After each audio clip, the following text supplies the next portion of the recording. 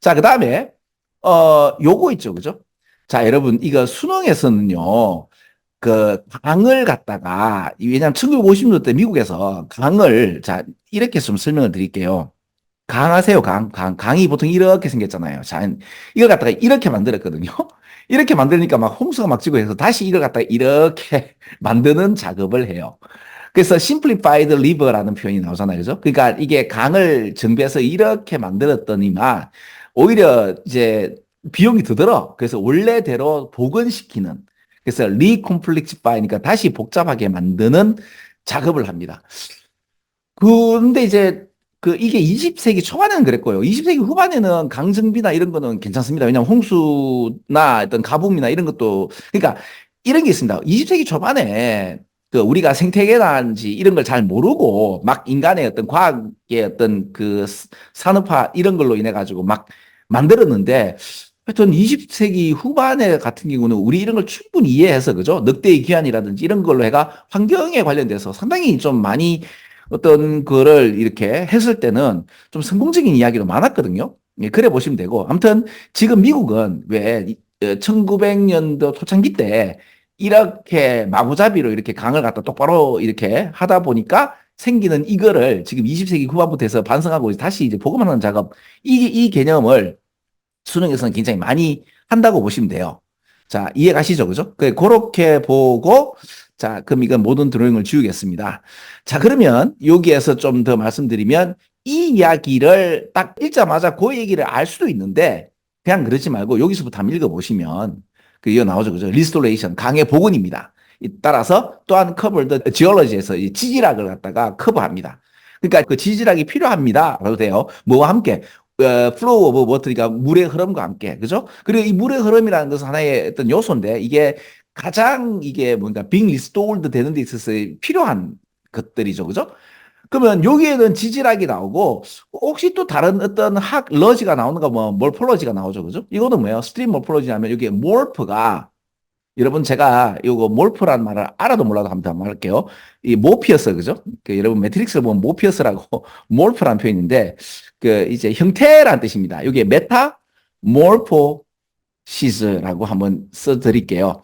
메타몰포시스가 뭔가 하면 메타가 이게 초월이나 차원을 상승하는 거죠. 그러면 형태에 있어서 차원 상승이 되는 걸 뭐라 그래요? 변태라고 하죠. 변태. 그 변태가 여러분 바바리맨 변태는 펄벌트입니다.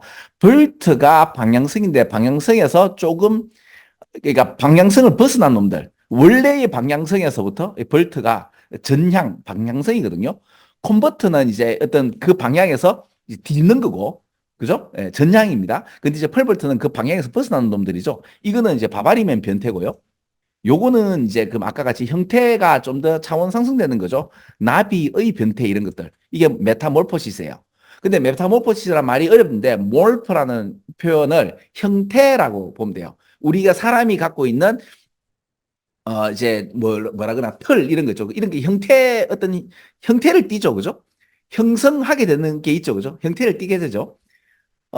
매트릭스에서 모피어스가 나오는데 그 모피어스의 어떤 그 이름 자체도 이제, 그죠? 그 틀을 얘기하는 게 있는데 이 얘기는 뭐, 아이, 그래. 이래 말하면 이제 우리 대부분 우리 청소년들은 매트릭스 모르죠. 그죠? 야, 그러면 그러지 말고 그냥 몰퍼가 형태고 메타몰포시스니까 그 형태의 초월. 그죠? 변형. 그래서 나비의 변태. 그러면 군뱅이에서 나비로 변하는 건 굉장히 차원 상승이죠. 그래서 이 표현을 알아두시면 돼요. 그러면 그 표현 알아두는가 동시에 몰폴로지 하면 이게 뭐예요? 형태학이죠. 그 형태학도 필요하고 지올로지도 필요하다는 말은 다양한 분야에서의 어떤 전문성을 뭐죠? 필요로 한 bring back the overall river ecosystem이란 말이 뭐예요? restoration을 갖다가 이렇게 표현하는 거죠. 그죠?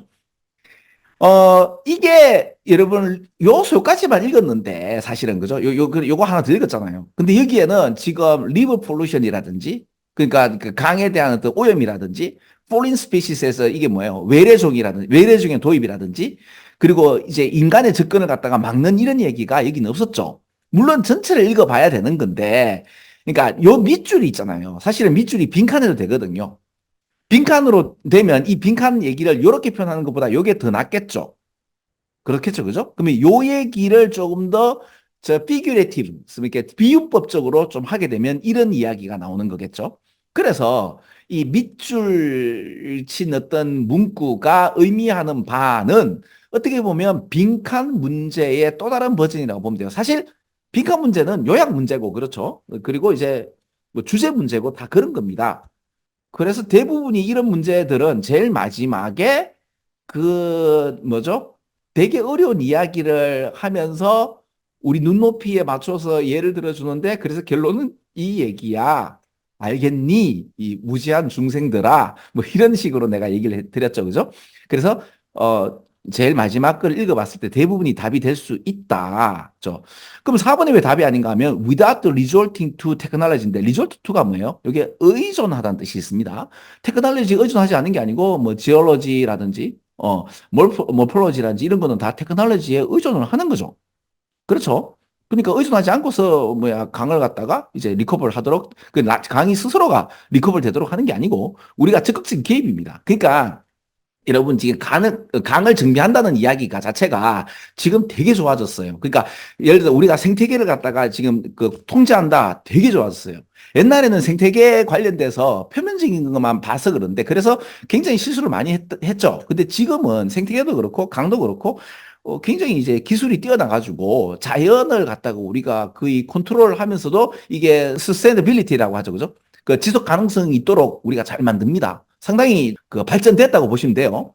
오케이. 자, 그래서 일단은 강 증비에 관련된 이야기가 나오는 건데 이거는 자, 다시 미국이 20세기 초에 해왔던 이야기고 20세기 말 중반부터 이제 20세기 말에는 굉장히 사실은 우리 그 전 세계적으로 생태계나 강 증비나 이런 거 되게 잘하고 있습니다. 오히려 옛날에 우리가 이렇게 못했던 20세기 초반에서 이렇게 강을 갖다 똑바로 했던 그래가 쫙쫙쫙 물이 빠지도록 해가지고 그 홍수 가뭄에 너무 취약하게 만드는 거를 다시 복원하는 데 있어서 상당히 지금 뭐 하고 있다? 많은 비용을 들여서 이제 그 뭐죠? 강 증비와 함께 다시 이제 복원하는 이런 이야기들이 많이 나옵니다. 예, 그렇게 보시면 되고 요거는 요거죠, 그죠? 재밌죠? 자, 요렇게 해서 6번 끝냈고 자, 넘어가도록 하겠습니다.